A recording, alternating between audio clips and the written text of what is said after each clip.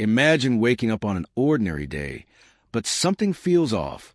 The sky is darker, and eerie silence fills the air. Then, the world receives the news no one ever wanted to hear. TV screens, social media, radios, all repeating the same terrifying headline. A massive asteroid, larger than any city, is on a direct collision course with Earth. Scientists have run every calculation, tried everything, but time is up. The impact is inevitable. Now, there's only one question left. Is this the end of humanity, or do we have a chance to survive? If you're anywhere near the point of collision, well, it was nice knowing you. In mere seconds, the explosion would unleash more energy than 10 billion atomic bombs. Enough to make every disaster movie ever look like a mild inconvenience. If you somehow survived the initial blast, congratulations. You now get front row seats to the next phase of pure chaos. If the asteroid smashes into the ocean, things go from bad to guess I'll start swimming now. The impact would create a crater so deep that it would make the Mariana Trench jealous, instantly vaporizing millions of tons of water and sending mega-tsunamis racing toward every coastline in sight. And what if the asteroid crashes onto land? Well, buckle up. The sheer force of impact would trigger earthquakes, so powerful that the Richter scale would just give up. The ground would ripple like a shaken carpet, opening massive fissures that would swallow entire cities before they even had a chance to update their disaster plans. Then, of course, there's a lovely addition of global firestorms. The intense heat from the impact would ignite forests, buildings, and probably even your Wi-Fi router. And just when you think it couldn't get worse, surprise! The air itself turns toxic. If the asteroid hits a sulfur-rich area, it would release a toxic cocktail into the atmosphere, turn the rain into pure acid. Meanwhile, the dust and debris kicked up by the impact would block out the sun for years, plunging Earth into an endless winter.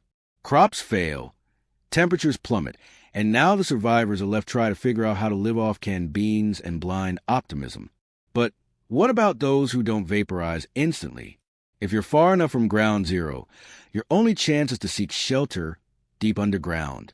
Tunnels, reinforced structures, underground mines, anything that offers protection from the devastating aftermath of the impact. The key is to find a place strong enough to withstand fire, shock waves, and the debris that will rain down for hours or even days. Some survivors might find their way into old underground structures, while others may take refuge in deep caves or shelters designed for emergencies. However, these places were never meant to sustain people for extended periods. Supplies like food, water, and breathable air would eventually run out, and with no access to the surface, restocking would be nearly impossible. Beyond the immediate destruction, the long-term challenge would be surviving the nuclear winter that follows. With massive amounts of dust and debris blocking the sun, temperatures would plummet, making agriculture nearly impossible. Without sunlight, plant life would die off, collapsing entire ecosystems. The surface would become uninhabitable for years, forcing survivors to rely on whatever supplies they managed to secure before the disaster. No sunlight, no photosynthesis, no crops. The world will be plunged into darkness as thick clouds of dust and ash block out the sun for years. Without its warmth, temperatures would plummet, turning Earth into a frozen wasteland.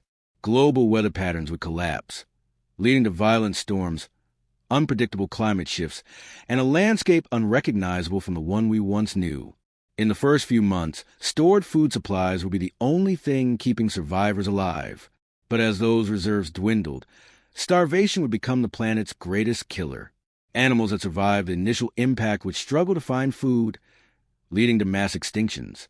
The ocean, one vital source of life, will become increasingly hostile as acid rain poisons the waters, wiping out marine ecosystems and making fishing impossible. Freshwater sources, too, will be contaminated, forcing survivors to rely on purification methods. But could we survive? Maybe. The key to long-term survival would be adaptation. Traditional agriculture would be useless, but fungi, which don't require sunlight, could become our primary food source. Vast underground farms cultivating mushrooms, yeast, and algae could provide the nutrients needed to keep survivors alive.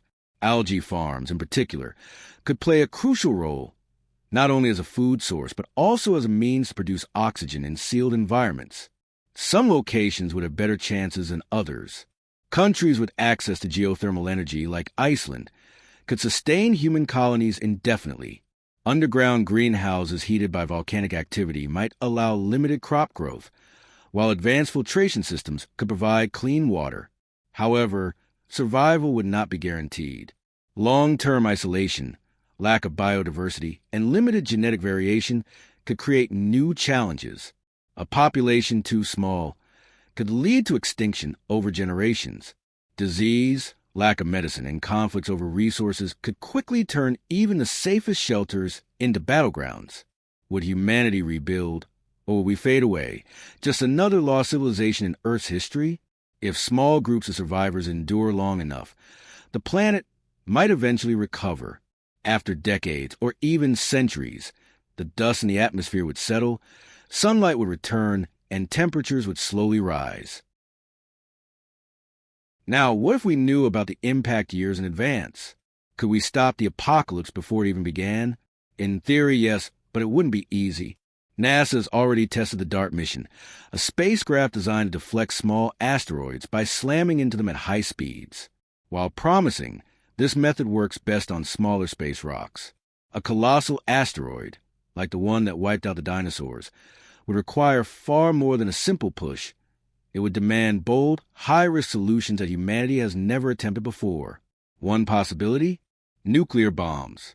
While it sounds like a Hollywood movie, detonating nuclear warheads near an asteroid could vaporize part of its surface, creating a force strong enough to alter its trajectory.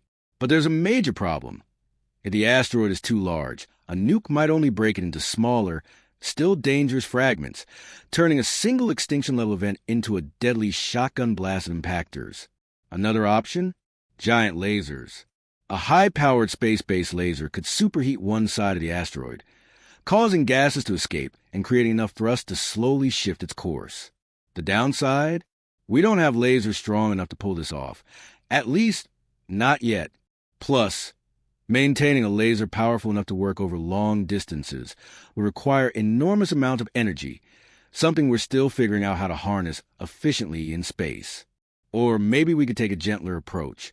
Solar sails. These massive, ultra-thin sheets could be attached to the asteroid, using the pressure of sunlight itself to gradually alter its orbit.